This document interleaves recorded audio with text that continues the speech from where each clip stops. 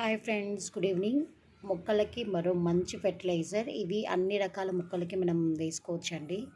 ఏం లేదండి, మనం తొక్క తీసినటువంటి ఆనియన్స్ ఉంటాయి కదండి, ఈ ఆనియన్ పీల్స్తో మనం బెస్ట్ ఫెర్టిలైజర్ని తయారు చేసుకుంటాం. డైలీ యూస్లో మనం చాలా రకాలైన ఆనియన్స్ తొక్కులు తీసుకుంటున్నాం. వాటిని పడేయకుండా ఒక దగ్గర స్టోర్ చేసుకొని వాటితో ఈరోజు బెస్ట్ ఫెర్టిలైజర్స్ చూస్తామండి. ఈ ఆనియన్ పీల్స్లో phosphorus and nitrogen, potassium levels అనేవి చాలా హెవీగా ఉంటాయండి.